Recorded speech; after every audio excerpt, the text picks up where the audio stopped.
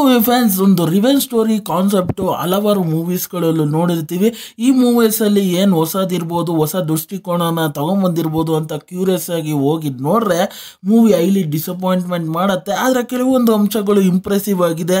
ಅದೇನು ಅನ್ನೋದನ್ನ ಈ ರಿವ್ಯೂಯಲ್ಲಿ ತಿಳಿಸ್ಕೊಡ್ತೀನಿ. ಹಾಗೆ ರಿವ್ಯೂ ಹೋಗೋಕ್ಕಿಂತ ಮುಂಚೆ ನನ್ನ ಚಾನಲ್ಗೆ ಫಸ್ಟ್ ಟೈಮ್ ವಿಸಿಟ್ ಮಾಡಿದರೆ ಇಲ್ಲ ವಿಡಿಯೋನ ಫಸ್ಟ್ ಟೈಮ್ ನೋಡ್ತಾ ಇದ್ದೀನಿ ಅಂದರೆ ಈ ವಿಡಿಯೋ ಇಷ್ಟ ಆಯ್ತು ಅಂದರೆ ಈ ವಿಡಿಯೋಗೊಂದು ಲೈಕ್ ಮಾಡಿ, ಹಾಗೆ ನನ್ನ ಚಾನಲ್ನ ಸಬ್ಸ್ಕ್ರೈಬ್ ಮಾಡಿ ಮತ್ತು ಬೆಲ್ ನೋಟಿಫಿಕೇಶನ್ ಆನ್ ಮಾಡಿ. ನನ್ನನ್ನು ಸೋಷಿಯಲ್ ಮೀಡಿಯಾ ಪ್ಲಾಟ್ಫಾರ್ಮಲ್ಲೂ ಫಾಲೋ ಮಾಡ್ಬೋದು, ಲಿಂಕ್ನ ಡಿಸ್ಕ್ರಿಪ್ಷನಲ್ಲಿ ಕೊಟ್ಟಿರ್ತೀನಿ. ಹಾಗೆ ಈ ಮೂವಿಯ ಡ್ಯೂರೇಷನ್ ವಿಚಾರಕ್ಕೆ ಬಂದರೆ 2 hours 25 minutes ಇದೆ ಅಂತ ಅನ್ಬೋದು. ಹಾಗೆ ಈ ಮೂವಿಯ ಒನ್ಲೈನರ್ ಸ್ಟೋರಿ ವಿಚಾರಕ್ಕೆ ಬಂದರೆ ನಮ್ಮ ರಾಯಣ್ಣ ಅಂದರೆ ಅವರ ಫ್ಯಾಮಿಲಿ ಅಂದರೆ ತುಂಬ ಇಷ್ಟ. ಹಾಗೆ ಆ ಫ್ಯಾಮಿಲಿಗೆ ಪ್ರೊಟೆಕ್ಷನ್ ಆಗಿ ರಾಯಣ್ಣವರು ನಿಂತಿರ್ತಾರೆ. ಆ ಫ್ಯಾಮಿಲಿಗೆ ಏನೇ ಒಂದು ಸಮಸ್ಯೆ ಬಂದ್ರೂ ಯಾವುದೇ ಮಟ್ಟಕ್ಕೆ ಹೋಗಿ ಆ ಸಮಸ್ಯೆನ ಸಾಲ್ವ್ ಮಾಡಿ ಆ ಫ್ಯಾಮಿಲಿನ ಕಾಪಾಡೋಕ್ಕೆ ಪ್ರಯತ್ನ ಮಾಡ್ತಾರೆ. ಅದನ್ನಕ್ಕಾಗಿ ಒಂದು ಈವೆಂಟ್ ನಡೆಯುತ್ತೆ, ಆ ಫ್ಯಾಮಿಲಿಗೆ ಒಂದು ಸಮಸ್ಯೆ ಬರುತ್ತೆ.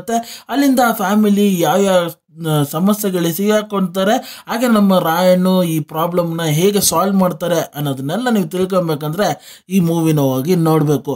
ಮೂವಿಯ ವಿಚಾರಕ್ಕೆ ಬಂದರೆ 2 ಗ್ಯಾಂಗ್ಸ್ಟರ್ ಟೀಮು ಅದನ್ನ ಮುಖಾಮುಖಿ ಮಾಡಬೇಕಂತ ಹೊರಟಿರೋ ಒಂದು ಪೊಲೀಸ್ ಆಫೀಸರು. ಆ ಪೊಲೀಸ್ ಆಫೀಸರ್ ಇಂಟೆನ್ಷನು ಕ್ಲಿಯರ್ ಆಗಿ ಮೂವಿಯಲ್ಲಿ ತೋರಿಸಿದ್ದಾರೆ ಅಂತ ಅನ್ಬೋದು.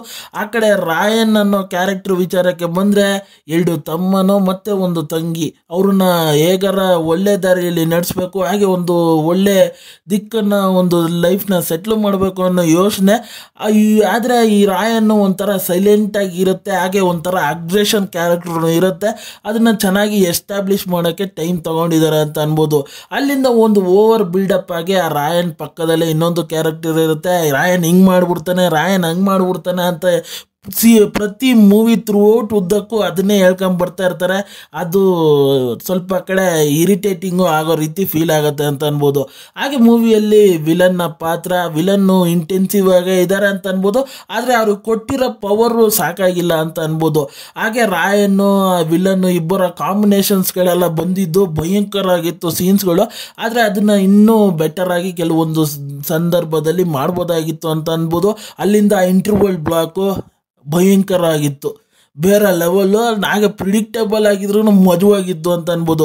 ಸರಿ, ಸೆಕೆಂಡ್ ಹಾಫಲ್ಲಿ ಇನ್ನೇನು ಮಾಡ್ಬೋದು ಅಂತ ಅಂದ್ಕೊಂಡು ಸೆಕೆಂಡ್ ಹಾಫ್ ನೋಡ್ರೆ ಸೆಕೆಂಡ್ ಹಾಫಲ್ಲಿ ಸ್ಟೋರಿ ಲೈನಿಗೆ ಇಲ್ಲದೆ ಇರೋ ಥರ ಹಲವಾರು ವಿಚಾರಗಳನ್ನು ಆ್ಯಡ್ ಆನ್ ಮಾಡ್ತಾರೆ. ಅದು ಮೂವಿಯ ಒಂದು ಎಕ್ಸ್ಪೆಕ್ಟೇಷನ್ನು ಸ್ವಲ್ಪ ಲೋ ಡೌನ್ ಮಾಡ್ತು ಅಂತ ಅನ್ಬೋದು. ಹಾಗೆ ಆ ಟ್ವಿಸ್ಟ್ ಆ್ಯಂಡ್ ಟರ್ನ್ಸ್ಗಳು ಮದುವಾಗಿ ಕೊಟ್ಟಿಲ್ಲ ಅಂತ ಅನ್ಬೋದು. ಹಾಗೆ ಈಸಿಯಾಗಿ ಪ್ರಿಡಿಕ್ಟೇಬಲ್ ಆಗು ಇತ್ತು ಅಂತ ಅನ್ಬೋದು.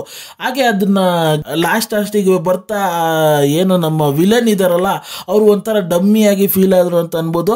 ಅದರಿಂದ ಮೂವಿ ಒಂಥರ ಸೆಕೆಂಡ್ ಹಾಫು ಅಷ್ಟೊಂದು ಇಷ್ಟ ಆಗೋ ರೀತಿ ಇರಲ್ಲ.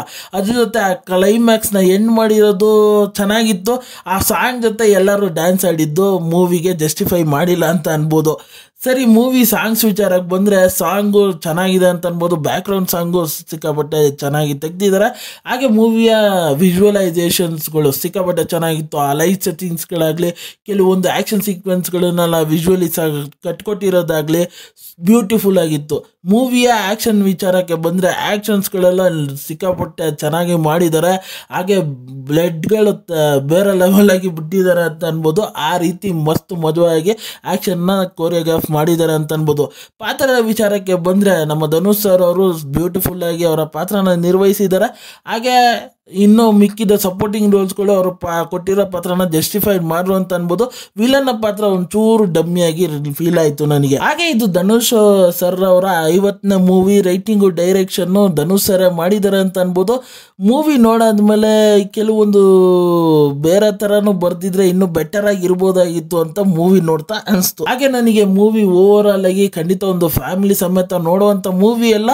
ಚಿಕ್ಕ ಮಕ್ಕಳನ್ನ ಖಂಡಿತ ಈ ಮೂವಿ ಕರ್ಕೊಂಡು ಹೋಗ್ಬೇಡಿ. ಆದರೆ ಕೆಲವೊಂದು ಫ್ಯಾಮಿಲಿ ಎಮೋಷನ್ಸ್ ವಿಚಾರಗಳು ಇದೆ, ದೊಡ್ಡವರು ಈ ಮೂವಿನ ನೋಡಿ ಅಂತ ಹೇಳಿ. ಹಾಗೆ ಈ ಮೂವಿಗೆ ನನ್ನ ರೇಟಿಂಗ್ ವಿಚಾರಕ್ಕೆ ಬಂದರೆ ನಾನು 5ಗೆ 2.5 ಸ್ಟಾರ್ ಕೊಡ್ತೀನಿ ಅಂತ ಅನ್ಬೋದು. ಹಾಗೆ ಈ ವಿಡಿಯೋ ನಿಮಗೆ ಆನೆಸ್ಟ್ ಅನ್ಸ್ತಂದ್ರೆ, ಈ ವಿಡಿಯೋ ಇಷ್ಟ ಆಯ್ತು ಅಂದರೆ ಈ ವಿಡಿಯೋಗೊಂದು ಲೈಕ್ ಮಾಡಿ, ಹಾಗೆ ನನ್ನ ಚಾನಲ್ನ ಸಬ್ಸ್ಕ್ರೈಬ್ ಮಾಡಿ ಮತ್ತು ಬೆಲ್ ನೋಟಿಫಿಕೇಶನ್ ಆನ್ ಮಾಡಿ. ಈ ವಿಡಿಯೋ ಇಷ್ಟ ಆಯಿತು ಅಂದರೆ ಎಲ್ಲರಿಗೂ ಶೇರ್ ಮಾಡಿ. ನಿಮ್ಮ ಅನಿಸಿಕೆ ಅಭಿಪ್ರಾಯ ಏನಿದ್ರು ಕಮೆಂಟ್ ಮೂಲಕ ತಿಳಿಸ್ಬೋದು. ಮತ್ತು ಮುಂದಿನ ರಿವ್ಯೂಯಲ್ಲಿ ಸಿಗ್ತೀನಿ. ಅಲ್ಲಿ ತನಕ ನನ್ನ ಚಾನಲ್ಗೆ ಸ್ಟೇ ಟ್ಯೂನ್ ಆಗಿರಿ.